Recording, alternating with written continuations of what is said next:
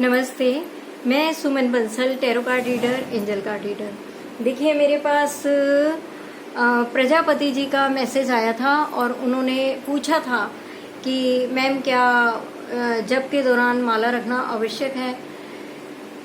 तो जी हाँ, बिल्कुल आवश्यक है। ये मैं कभी कभी पहले मैं भी इस कशमकश में पड़ जाया करती थी, क्योंकि माला जप के कारण कई बार ना चाहते हुए भी समय निकालना पड़ता था। एक अपने कंफर्ट के लिए मैं सोचती थी कि आज मैं सफ़र में हूँ और काश मेरे पास माला ना होती, मैं मानसिक रूप से कर पाती और मैं चलते फिरते जप कर पाती।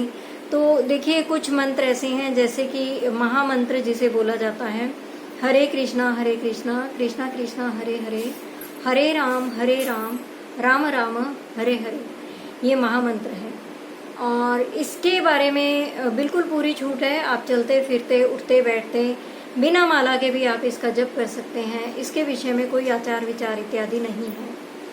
लेकिन कुछ मंत्र ऐसे होते हैं जिनके लिए शास्त्रों में बहुत नियम बताए गए हैं और बहुत सारी चीज़ों की मनाही की गई है। तो उसका लाभ लेने के लिए हमें किसी तर्क या वितर्क में ना पड़ते हुए उसके नियमों का पालन करना चाहिए, ताकि हमें उसका लाभ मिले। क्योंकि मंत्र जप करना भी आसान नहीं है, उसमें भी समय लगता है, उसमें भी आपकी ऊर्जा लगती है। तो अपनी समय और ऊर्जा का पूरा उपयोग करने के लिए हमें उसके नियमों का पालन करना आवश्यक होता है। और साथ में जो गुरुजनों ने हमेशा गाइडेंस दी कि माला होनी बहुत आवश्यक है, माला में ही सारी शक्ति सन्निहित हो जाती है, वह आपका बहुत बड़ा अस्त्र बताया जाता है।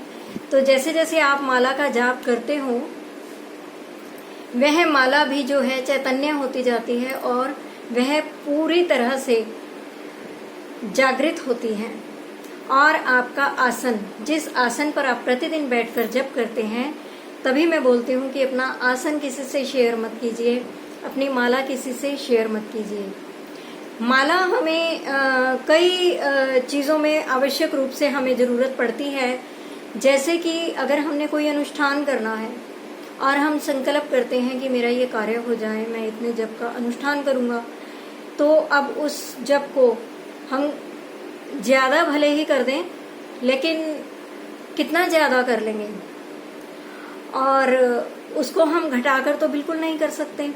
क्योंकि ईश्वर से एक हमने कमिटमेंट की थी कि मेरा ये कार्य हो जाए तो हम इतनी मंत्र संख्या का जप करेंगे, तो उसको काउंट करने के लिए बहुत ज़रूरी है।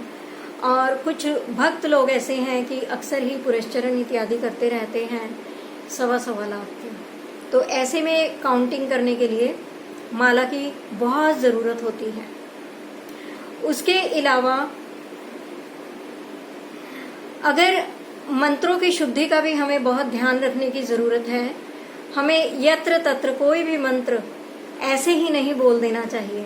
फॉर एग्जाम्पल, अगर आप कुछ खाकर हटे हैं और आपने अभी कुल्ला भी नहीं किया और आप गायत्री मंत्र पढ़ रहे हैं, किसी को सुना रहे हैं, जाप कर रहे हैं, गा रहे हैं, तो यह बहुत ही गलत बात है, आप दोष के भागी होंगे। और गायत्री मंत्र के बारे में बहुत सारी मर्यादाएं हैं कि इसका उच्चारण बिल्कुल ना करें, इसे मानसिक रूप से जपें इत्यादि। तो उन नियमों का पालन करना बेहतर रहता है और नियमों के पालन करने से ही हमें उचित फल की प्राप्ति होती है। साथ ही में मंत्रों का जप करते हुए हमें कभी भी जूते नहीं पहनने चाहिए। अभी जैसे मैं वीडियो शूट करने लगी थी तो उस वक़्त मैंने जूते पहने हुए थे, लेकिन महामंत्र का जाप करते समय, हालांकि लोग बस में, ट्रेन में सफ़र करते हैं, लेकिन अभी मेरे साथ ऐसी कोई समस्या नहीं थी। तो इस महामंत्र का जप करने के लिए मैंने अपने जूते उतार दिए थे। तो इस तरीके से हाथ झूठे नहीं होने चाहिए, मुंह झूठा नहीं होना चाहिए। लेकिन अगर आप निष्काम भावना से कर रहे हैं, तब आपको कोई ज़रूरत नहीं है कि आप माला रखें। क्योंकि जिसको रूटीन में आदत होती है और जो निष्काम भाव से करता है, उसका सहज ही ध्यान लगने लगता है और अपने इष्ट से प्रेम होने लगता है। जैसे जैसे हमारे पाप कर्म कटते जाते हैं, हमें भजन में आनंद आता है, रस आता है। और जैसे जैसे वो आनंद और रस कब आता है, जब हमारे पाप कर्म कटते हैं, हमारी नेगेटिविटीज़ जो हैं वो ख़त्म हो जाती हैं, उसके बाद हमें आनंद आता है, हमें रस आता है, और उस वक़्त जो माला भी है वो भी एक बंधन सा लगने लगती है और दिल करता है कि माला को छोड़ दिया जाए, और ईश्वर की रूप माधुरी का पान करने को मन करता है। और जैसे ही हम आंखें बंद करके जप करते हैं तो वो माला चलना बंद होने लगता है, एक बोझ सा लगता है, और उस वक़्त दिल करता है कि उनके रूप का दर्शन करते रहो।